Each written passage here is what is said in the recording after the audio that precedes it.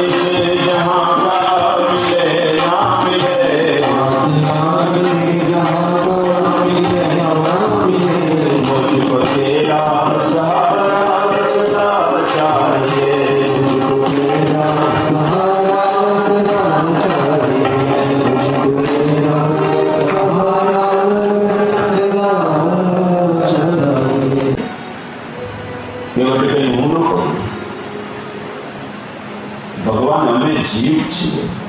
વળી ક્યાંક પ્રલોભનો આવી જાય તમે મૂકી દઈએ, પણ ભગવાન તું પકડીને પછી મૂકે. કાલો ઘેરો છતાં હું તો તારો રહ્યો. પુનિત મહારાજ મને આશરો એક જ તારો રહ્યો. હાલો તારે દ્વારે તું સ્વીકારી લેજે. નાથ જેવો નિભારો નિભાવી લેજે. નાથ જેવો નિભારો નિભાવી લેજે. કરે પુનિત પોકાર અંતરથી. પુનિત પોકાર અંતરથી. ભગવાન હાથ પકડ્યો, કિનારો આવી ગયો. એનો અર્થ હવે કેવળ ભગવાનને વંદન કરે છે. કેવળ ઉતરી દંડવત કિના. ભગવાન સંકોચાય. ભગવાનને થયું આ માણસના નૌકામાં કોક બેસતો હશે તો એને 5 રૂપિયા 10 રૂપિયા આપતો. અમે 3 જણા આની નૌકામાં બેઠા અને કાઢ્યા. ભગવાન સંકોચાય. સીતાએ જોઈ લીધું, એને વીટી કાઢી નાખી. ન ગંદગી ચાહીએ બંદગી ચાહીએ. ન गंदगी चाहिए बंदगी चाहिए. दूध सी धुली धुली फूल सी खिली खिली प्यार में भूली भूली बस एक जिंदगी चाहिए. प्रेम થી જીવવું એનું નામ પૂરું.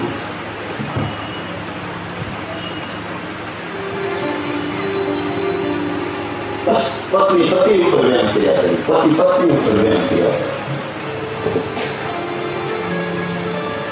આપણે આપણા જીવન સાથી ઉપર ભરોસો થાય એ વાતમાં બહુ માંગ નથી ચાલે.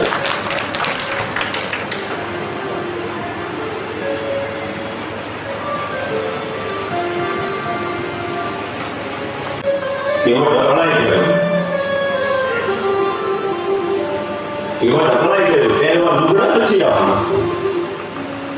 એને કીધું મારાથી ન લેવાય. હું અને આ તમારા લગ્નની પ્રેમની નિશાની છે. સીતાએ કીધું પણ હું પ્રેમથી આપું છું, સરકાર પ્રેમથી આપે છે, લઈ લે. તમારા સોગંદ ખાતા મોરે રામ રાવ યાન દશરથ શપથ.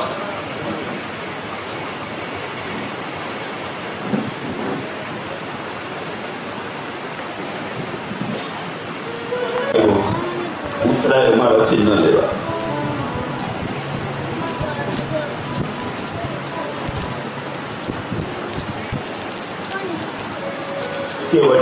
ભગવાન? ઉત્તરાયણ ન લેવાય એનું એક ત્રીજું કારણ છે. આપણે બે ભાઈ છીએ. લક્ષ્મણ કે રામ, તમે કેથી માછલા પકડો?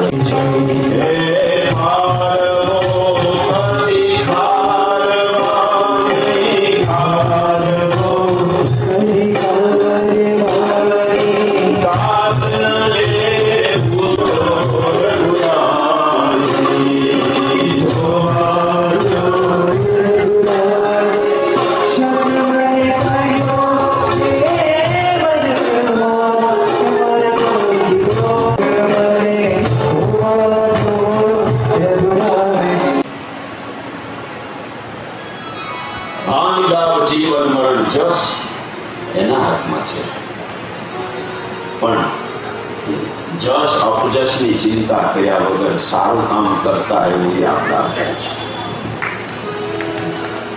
અપયશ એના હાથમાં છે, પણ જસ એ અપયશની ચિંતા છોડી માણસે સારું કામ કરતા. દશરથને વચન વાલા હતા કે પ્રાણ? એને વચન વાળું હતું, એ વચનને ખાતર પ્રાણ છૂટી. તો એનું વચન બે